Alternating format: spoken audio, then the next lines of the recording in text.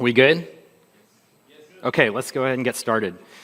So thanks for coming to the class. This is Render Like a Photographer, and my name is Rami Hanna, and I'm with Tilt Pixel. I'm a partner at Tilt Pixel.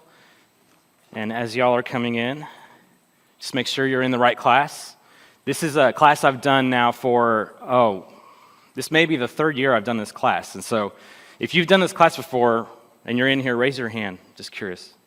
Good. So it's all the same material from last year. No, thank you again for inviting me. And I think what's made this class very successful is that a lot of the information is really timeless, and it's not so much software specific. And so it's really stuff that artists and architects and even engineers can walk away with and use in their projects. And so at the end of this class, I promise we're going to learn how to be able to distinguish good renderings and good photography from the bad photos and bad renderings. And we're going to learn that. And we're going to learn, I'm going to go through 3 principles of photography, and we're going to discover the 4 rules of photography composition. And then we'll go through some photographic phenomenon and how you can get some of those renderings to look like a photograph. So this is our office, and we're in Houston, Texas, and we're a small studio of, we have 8 artists, and there's 9 of us in the office. And we do renderings for architects, developers, brokers. We do some retail work as well. And we have a VR setup. We have a room dedicated for VR. And a lot of times we'll have clients come in, and that way they can experience VR either through Oculus. Of course, everyone says that they're the VR expert. I don't think anyone is an expert because it's such a new technology. We're all pioneers. And so, and we're very candid with our clients, and we tell them, we're exploring this just like you guys. And a lot of times our clients, they don't really know what they want when they want VR and they want something immersive. So we have a room dedicated for that, and we do some R&D with that. We also like to have fun, and so this is kind of an area in our office where our artists, we work very hard, but we like to play hard as well. And I'm going to show you some of our work right here.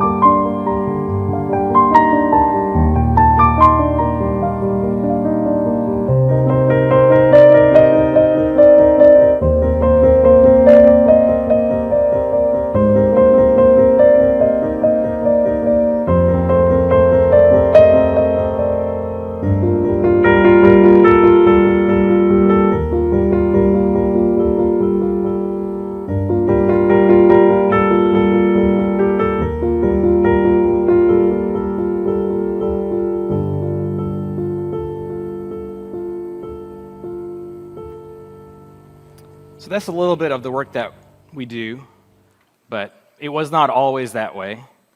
So once upon a time, I used to do renderings that looked like this.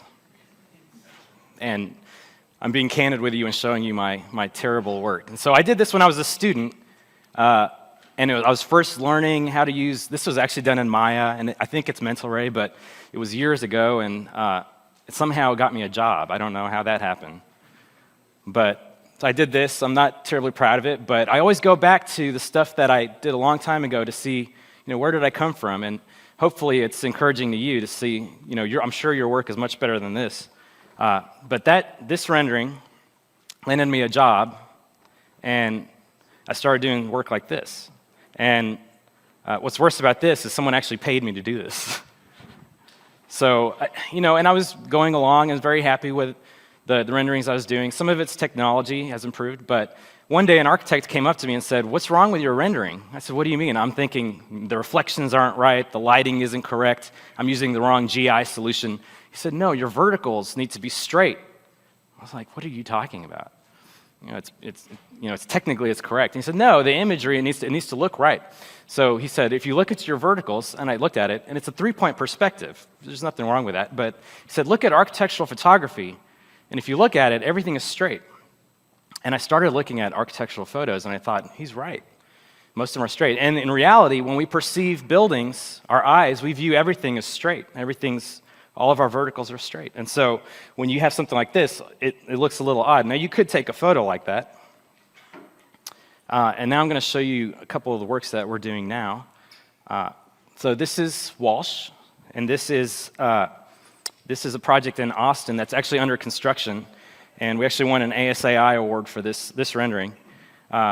And it's Scandinavian architecture, but it's in Texas, so it's kind of funny. You wouldn't think that this was Houston, Texas.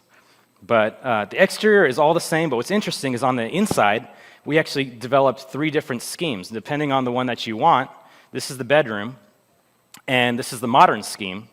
And we worked very closely with an interior designer, and she selected a lot of the finishes and fabrics, but instead of having to photograph a set and change all of the pieces of furniture and the light fixtures and the hardware, she said, can we do several different schemes? So this was the modern scheme.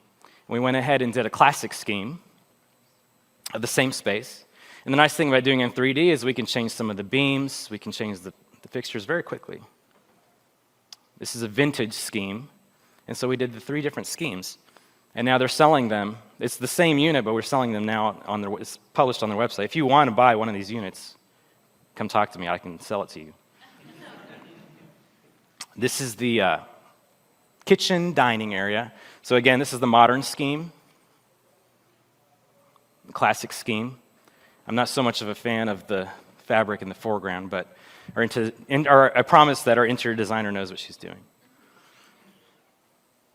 And this is the vintage. We also did a living area, modern, classic, and vintage. This is another project, 1700. Yeah, this is in DC, and I believe it's currently in the works. So this is a dusk version of it, the same space. And this is a detail shot of that corner, so the corner office. This could be your office one day. And on the top floor, we have kind of this terrace area where it's a meeting space, and we have these wand doors that can open up out to terrace. And this is a project that we recently finished. That's up north. This is Alloy Assembly Row in Boston.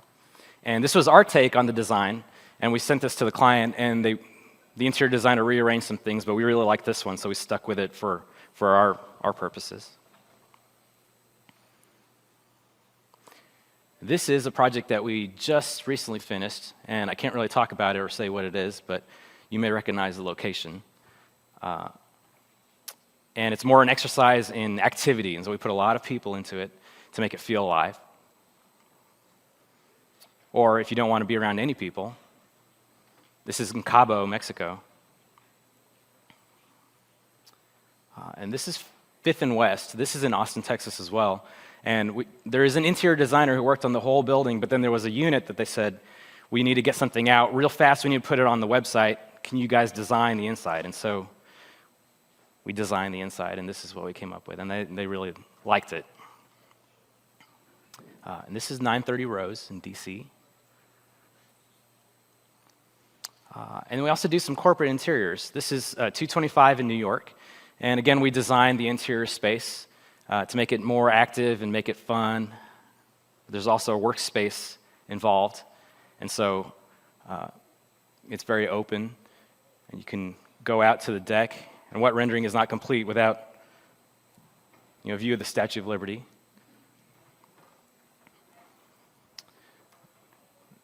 This is back in Austin. And this project is the tallest building in Austin, Texas. This is the Austonian. And the building exists, but they wanted to sell the penthouse.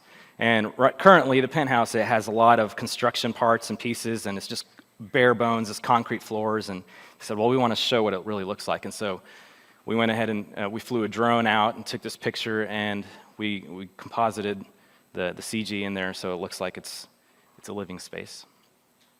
And this is the inside of it, the dining kitchen area. There's your wine collection. And the bedroom area with a view of all of Austin. And when you're that high up, you can go to the bathroom and you can have full floor-to-ceiling windows and no one's going to look at you, so you don't have to worry about that. So how did I get to this point? From the very first rendering, I started looking at some photography examples, and I went back and started looking at the photography of the greats. And so one of the first people I went to was Julius Shulman. And Julius Shulman, he's done many architectural photos. So I'm going to go through a couple of these. This is the case study house. And the case study house is an experiment in American residential architecture. And he was commissioned to do lots of these he was commissioned by lots of architects. And what's interesting about this photo, if you look at it, there's nothing unique about it or special, but it's actually a double exposure. And so what he did was he set the camera up. He had these ladies sitting in the dark, opened his shutter to expose the background, and as soon as they turned the lights in the interior, he closed his shutter. But with one shot, it's a double exposure. Now, when he did this, he didn't have a digital camera like we do, and we can take a picture and we can do our, the tone mapping that our cameras do, and it gets the background and the foreground. And he did this with film, and so there was a lot of thought that went into the photo. And so when you look at it at first, there's not much going on, but as far as the composition and the placement and the thought, even the staging of these ladies, can you imagine these ladies just sitting in the dark looking at each other? There's a lot of thought involved with that. This is the Singleton house, and it's a very simple photo, and it's a one-point perspective, and I love how the building itself frames the image, right? This is the Kaufman house, and there's not too much unique about it, but I love the way that it's composed against nature. You have architecture and the nature, and he has one person in there for scale, really. A lot of times, our clients will ask for activity in our renderings, and I always cringe when we put people in because it's very difficult to put people in. I'm always afraid that the people will draw the attention and not the building itself, and so he does a very good job of putting the person off somewhere where you can see the building. Ezra Stoller is another photographer, and he was a highly recognized photographer, and he was commissioned by architects like Frank Lloyd Wright, Paul Rudolph, Eero Saarinen, I.M. Pei. And this may be one of my favorites. This is the TWA terminal, JFK Airport. One, the architecture is beautiful. And you'll find that if the architecture is great, it'll make it much easier to photograph. But the way he composes the photo is what's interesting. And it has a lot of curves up in the ceiling, but even this railing. And he uses these just in the right place to compose the image. He also uses the vignetting of the lens to naturally draw your eye up to where the activity in area is. Again, there's not that many people in there, showing off the architecture.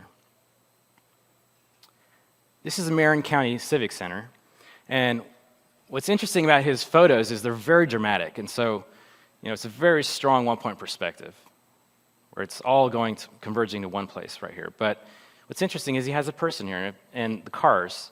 And so without the bottom half, you wouldn't really know what you're looking at. You'd think, is this a detail of maybe a hole in a binder or somewhere in my desk, or this could be an IKEA detail, right? This is Kitt Peak National Observatory. And what I like about this photo, the architecture is not that interesting, but what's interesting is the composition. He has the building, again, framing the image, and he has one person right there. And if you didn't have that person there, you wouldn't know what you were looking at. You wouldn't know if it was a spaceship, if it was something very small and detailed, but the person adds a sense of scale and place, right? So there are also 3D examples. And so in my learning of renderings, I went back and studied some of the ArcViz artists. And this is a piece from Alex Ramon's work that he's done. And this is it's closer to 10 years now. And it still holds up to today's standards. And I remember when these first came out thinking, these cannot be renderings, these have to be photographs. And thinking, why in the world do these look so real? Why do they look so compelling? And so that's part of what drove me to really look at my renderings and make them look more photographic.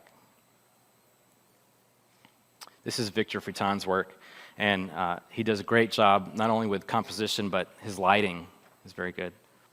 And Peter Guthrie has had a good influence on our industry as well, and the work they're doing with the boundaries very inspiring. And so I'm going to break this down to what are these principles? What are these artists, what are these photographers doing that are making these images compelling and interesting? Well, it really comes down to three principles. There's mood and lighting, staging and composition. Now, it seems very simple, but what is mood and lighting? Well, it really is just the feeling, or what do you get the sense of when you see an image? Now, what's interesting about this is the subject between all four of these skies are the same, right? It's all clouds, air, atmosphere, but they all feel very different. And when you watch the sunrise every morning, it always rises the same way, but it always looks different. And every morning, you know that the sun is going to come up, and you know that there's sky in the air, you know that there are clouds, but the way that the clouds and the atmosphere and the contrails from the plains and the way that God paints the sky in the morning, it's different every day. And so here we have a beautiful sky right here. It makes you feel like you're in a good mood and you're happy and you want to go outside. This tells you that there may be a hurricane coming, run for cover, but the subject is the same. Well, we do the same thing with our renderings, and we can put together what's called a mood board. And if you look at these, they all tend to have the same theme as far as color, content. When you put all these images together, it makes you feel like maybe we're going to do a rendering of a school, something for children, something elementary, very colorful. When you look at this mood board, it tells you maybe it's for something that's more fun, for maybe a little older age range. And then when you look at this, it tells you that maybe we're doing an office space, right? Something very cool, pristine, professional. And so they all feel very different. And when you put them together, you get a sense, okay, this is where our colors should look in the renderings, right? So that's mood and lighting. And for example, this is a rendering that we did several years ago now. And we sent it to the client, and he loved it, but he said, I want more drama. Can we make more drama? And without changing the architecture or even the composition, we just changed the mood of it and changed it to a dusk shot. And all of a sudden, it brought the drama that he wanted, and I think it ended up being very successful. So that's mood and lighting. Now, staging is another aspect, and this is something that Julius Schulman was an expert at. So this is an empty space, and there's nothing unique about this. I rendered this box out, and it's just a box, right? So there's nothing very interesting about it. But what Julius Schulman would do was he would find the location that he wanted to set up his camera, and if the architecture was great, he'd say, this is a good place. I'm going to put my camera here. And then he would stage it so that the items of the furniture, the light fixtures would support the architecture. And so it's just that. And that's what we do in a lot of our renderings, is we'll find the best place for our camera, and then we'll start moving things around to support the image. And it saves us a lot of time. Now, composition is a little more complicated. I'm going to break composition down into the 4 rules. And so really, I broke it down into the rule of thirds, which I'm sure you've heard about, the straight verticals, which is what got me into this mess in the first place, diagonals to corners, and avoiding coincident edges. Now, rule of thirds, you've heard that. You've heard good things about it. You've heard bad things about it. People have told you to avoid it. It's dumb. It doesn't make sense. It's useless. You've heard other people that you must abide by it. So what exactly is the rule of thirds? Well, the rule of thirds was discovered by this guy named Euclid. He's a mathematician. Now, he didn't invent it. He just discovered it. And it's this ratio in nature where it's basically where this distance to this distance is the same ratio as A is to B. So it's this repeating pattern of ratio, and it's found in nature. You find it in shells, you can find it in flowers, you can find it in the circles of hurricanes, and so it's all over the place. And so it's very interesting, and it was observed, because it's nothing we invented, and so architects started using it in their buildings, and because it was found in nature, it was not only thought to be visually pleasing, but also spiritually important. And so this is where we get the Fibonacci spiral from. And it's the same ratio that you get. It's this repeating ratio. And there were other artists who also understood Fibonacci spiral. And if you broke the Fibonacci spiral down, this is where you get the golden section from. It's just a simplification of that Fibonacci spiral, the golden section. And from the golden section, the adaptation of the rule of thirds came from. So that's where we get the rule of thirds. And the way it's used is more for composition. So we have a landscape here, and if you composed your hero subject and your horizon or anything that's important along these lines or areas of intersection, all of a sudden the composition becomes more interesting. And so just with a simple crop, it's actually the same image, just with a simple crop, the composition becomes much more interesting. And so I went back into some of our old renderings, and without really using the rule of thirds, I was just interested to see if it lined up to my renderings. And sometimes it worked, and sometimes it didn't. But I think knowing where these are is somewhat of a guideline. Was not only interesting, in some instances is helpful. Sometimes it works, sometimes it doesn't, but you can see there are definitely areas that are working. And so I went ahead in 3ds Max and said, how can I come up with the rule of thirds if I want to set up my camera? So in 3ds Max, there's an area called Show Safe Frames, and you can turn on your safe frames. But there's also an area where you can turn on the action safe and title safe. And so if you go into the configuration settings, there's this action safe and title safe. And really all those are just areas for broadcast where you're saying, okay, this is the area that's safe for your image. But I went ahead and tweaked it. And so you can adjust these settings. So I unlocked them. And for the action safe, I set that to 66%. The vertical to 0, and on the title safe, I did the opposite. I set the horizontal to 0 and the vertical to 66. And when you hit apply, all of a sudden you get this grid. Now, I know that the developers at Autodesk did not invent the action safe and title safe to do this, but somehow it seems to work. So this was a photo I took several years ago, and as you can see, I think I took this even with a good lens, but when you're in such a vertical space, it's very difficult to get straight verticals. And you can do this with, if you really wanted to do it right, you could get a tilt-shift lens, and you could sit there for hours and try to tweak it.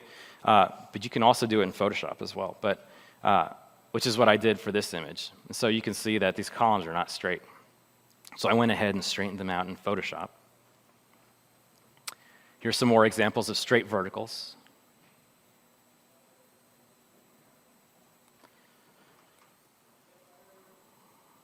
These are schools in just outside of Houston, Texas, that I've worked on, an architecture firm a while back. So in 3ds Max, you can also straighten your verticals. And if you select your camera, we have now the wonderful physical camera. And if you scroll down, there is an area called perspective control. And it's a magical button. If you just hit this auto vertical tilt, it'll straighten everything out, which is very nice. So you don't have to figure it out. It will do it for you. Again, you can also do this in Photoshop. And the easiest way to do this in Photoshop is with the filter, and then there's a lens correction. And a lens correction allows you to do lots of things. It actually allows you to control your barrel distortion, which we'll get to later. But this transform right here allows you to straighten your verticals. Now, what you'll notice is you are going to lose some of your image up here, because as it straightens out, the areas that were three-point perspective are now being stretched out. But I would prefer a straight image to having more of the content at the top. And then you can also use this straighten tool to rotate it so everything's straight. So the other principle of the composition is diagonals to corners. And this is probably very obvious, and you may be doing this without even thinking about it. But it's the idea that you have these horizontal lines that lead to the corners of your image. That's what I mean by diagonals to corners. And so you can see here that we have this column, and it leads very nicely to the corner of your image. And if you imagine there's an imaginary line here, the bottom of this line of this building, leading to the corner of this right here. The other one that's maybe not so obvious, or that's more interesting in the world of 3D is avoiding coincident edges. So what exactly are coincident edges? It's this idea that in 3D, everything's in real space, but when we render, everything's flat. And so we want to make things feel as three-dimensional as possible and give as much depth as we can. So if you'll notice, this coffee table is lined right with the corner of this floor right here, and it's lined right up with the corner of this credenza. And it's just a coincidence that they're lining up. A lot of times our artists will set furniture in the space, and they're unintentionally doing this. But then when I look at it, it feels just a little wrong. And it's almost the same thing as doing a crop on an image and making sure that your image has enough breathing space around the building. It's the same thing with furniture. And you want to make sure that you give it enough breathing room. And so just with adjusting the furniture a bit, all of a sudden the composition feels a little better. It feels like there's a little more depth. You can tell the coffee table is in front of the wall. You can tell that it's in front of the credenza. So that's coincident edges. So now we get into photographic phenomenon and optics. So what exactly is this? So this is the part that I used to obsess over. And if you remember the very first rendering that I did, which was the three-point perspective, it didn't have any of the photographic flaws that we have. And so really what it is are aspects of photography that are flaws in photography. Now, photographers, they did not intend for a lot of these to happen, but they happen naturally with the lens. And so you get phenomenons like vignetting, chroma, or chromatic aberration, barrel distortion, glare, depth of field. Now, when we take pictures, we don't really think about a lot of these because we're so used to looking at photos. But if you really start to dissect a photo, these are all elements that are in a photo. And so photographers try to remove a lot of these to make their images pristine. When we do renderings, we try to add all these flaws into a rendering to make it feel like a photograph. And like anything, if you add a little too much, then it's obvious that something doesn't look quite right. So it must be done correctly. So vignetting, all it is just some darkening around the edge of your image. And a lot of times you'll get this, like the TWA terminal building, with a tilt-shift lens, you'll get that. And sometimes we use it to our advantage to draw the eye to a certain area of the image. So like that image that we did, that we made it more dramatic, this may be the sky, but there's also vignetting going on, leading your eye to the building.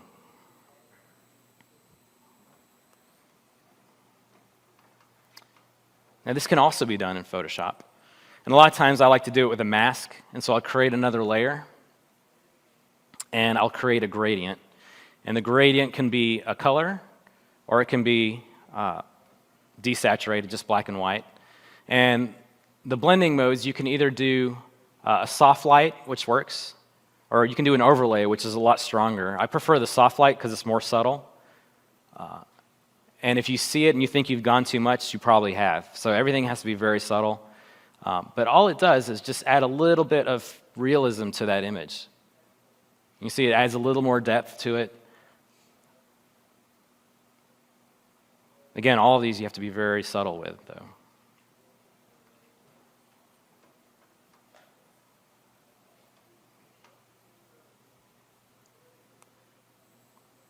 The other one's barrel distortion.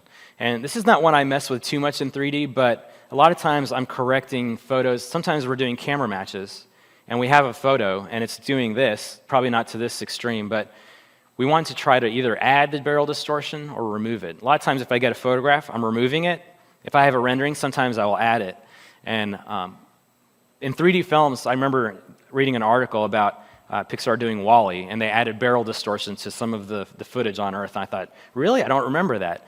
And it's because they used it very carefully and subtly so that mentally, subconsciously, you were thinking, oh, it looks so real. You can add this with the same tool that you used to straighten our verticals. There's an area here to remove the distortion. Oh, let's go back.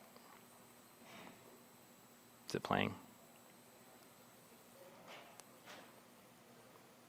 So it's right up here under filters.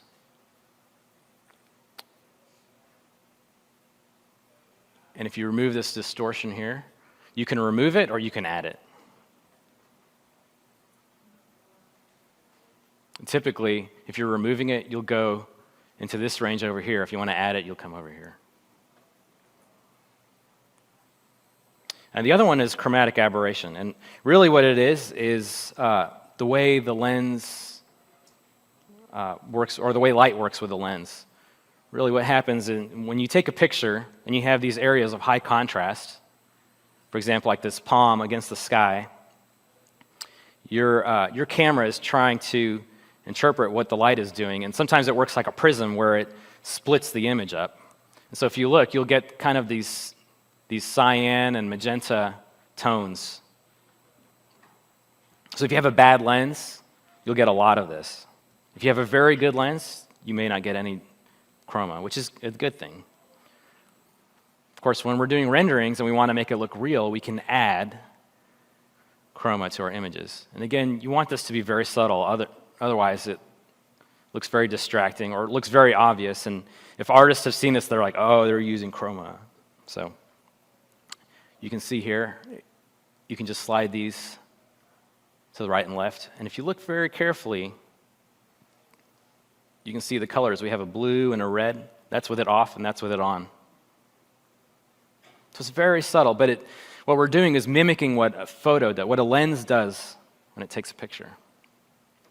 One thing that I was going to say, which I didn't include in this, is that if you want to use this correctly, a lot of times you want to use this in the negative. And you can use this in the negative direction in both ways. If you pull it to the positive side, what happens is you get some clearer space. Because what it's doing is it's pulling your image in to the frame. If you use the negative, it'll actually pull it out. So I don't know if that makes sense or not, but you'll see this white line right around the edge of your image if you go positive. So another aspect are glares and blooms and flares, and another aspect that our cameras take. And of course, people like to add the lens flare in your rendering and say, it's awesome. So this is a photograph of the sales office for 5th and West. This is my son looking at a rendering in our sales office that we did a rendering of, which is kind of funny. But I took this picture because you can see that the subtleties in the light fixture, and I think we had the fixture in a rendering somewhere, but very subtly, there's some flares going on. And that's just, if there's some grease on the lens, if it's not very clear, you'll get that in your photograph. Now you can add this in 3D, and in our office we use V-Ray, but there are some tools that are in 3ds Max where you can create this.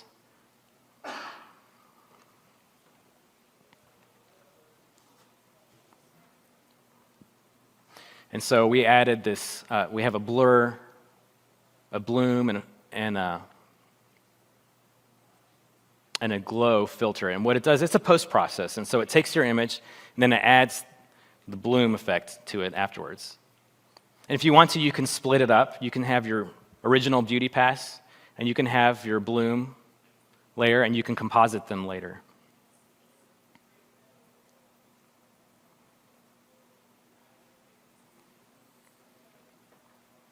This can also be done in Photoshop.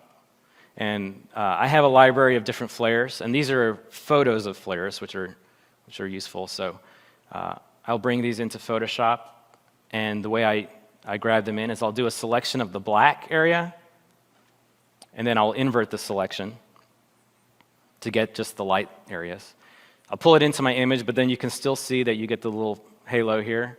If you set the blending mode to screen, then it makes everything that's white visible and everything that's black invisible.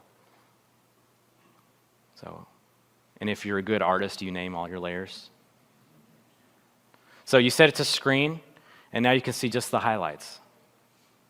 Another thing that's interesting about the flare is that it has to point towards the center of your image. So that's something I learned a little later. Is I had the streak going out towards the side of the image, and an artist told me, that's not correct. That's not how a lens works. It needs to point towards the center of the image.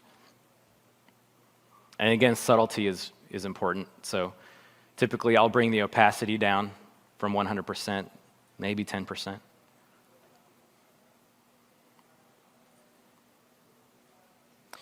I'll also color it sometimes. I'll add an adjustment layer and color it so I can control the temperature of the light.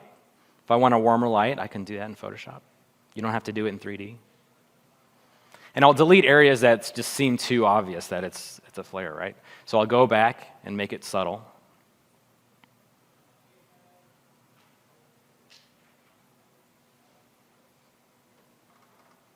Duplicate it.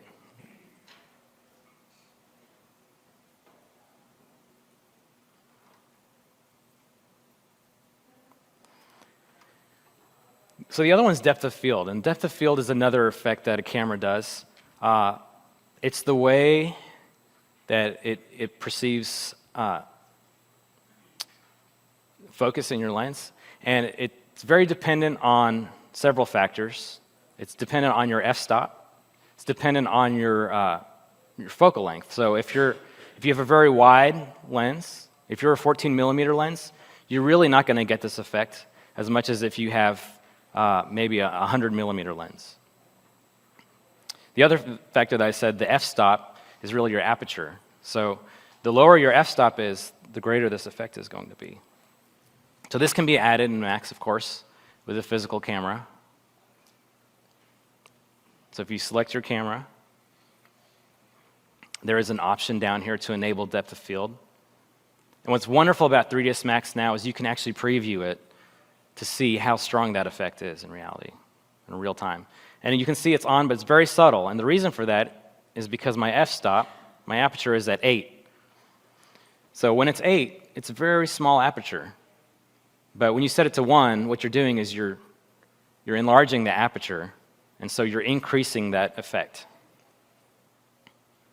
Now, very rarely will you find a lens that's an f of 1.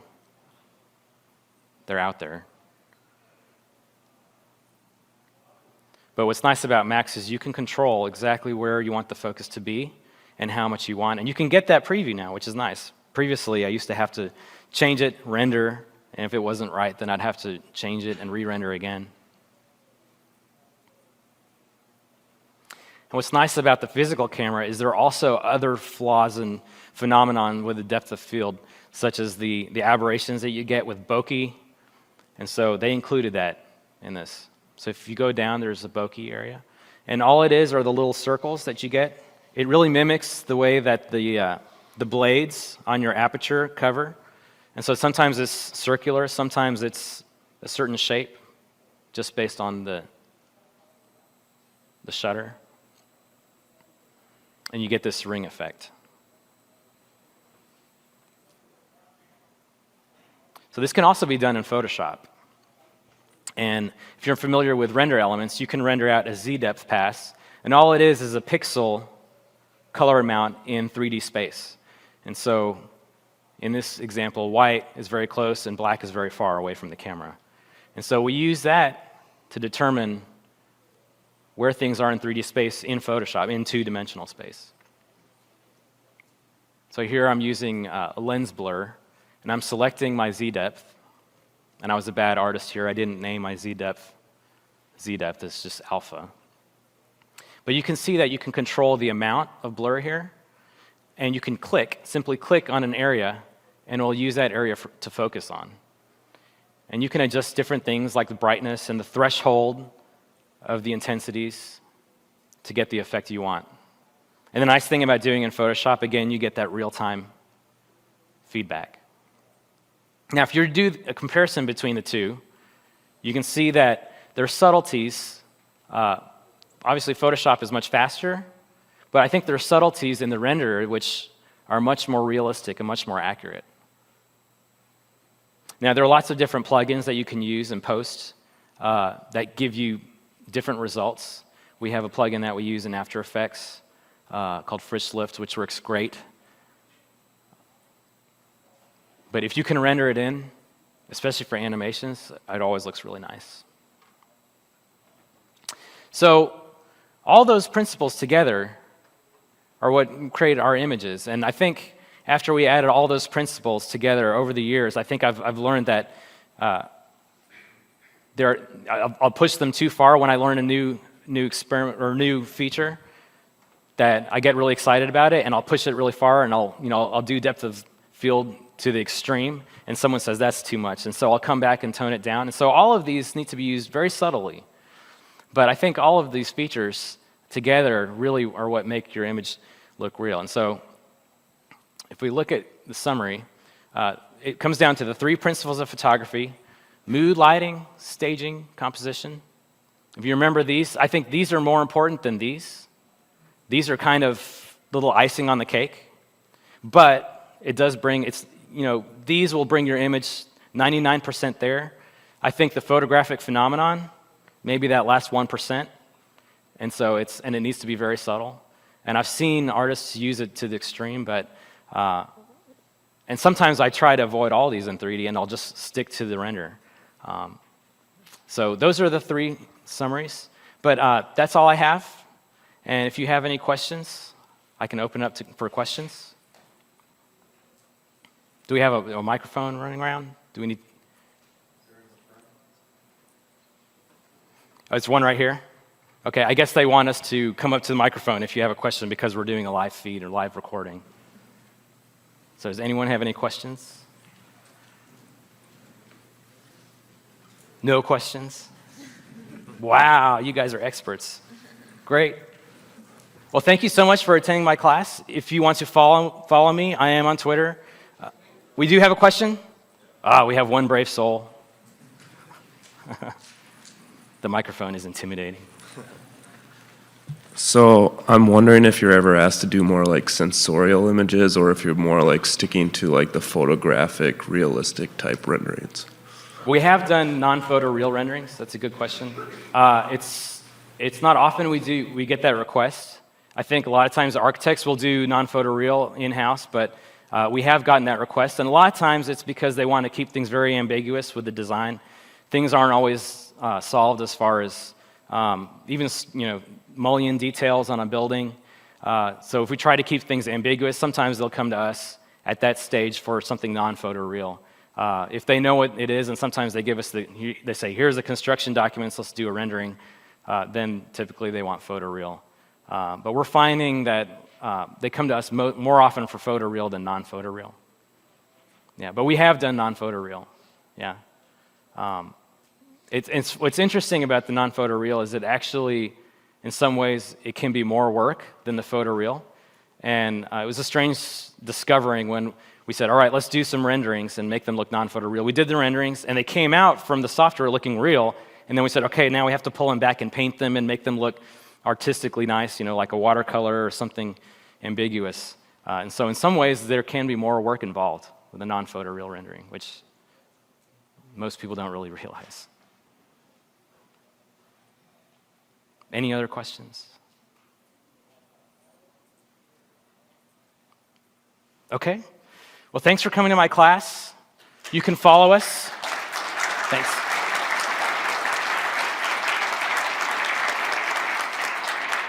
Thank you. Follow us, and then don't forget to vote for the class.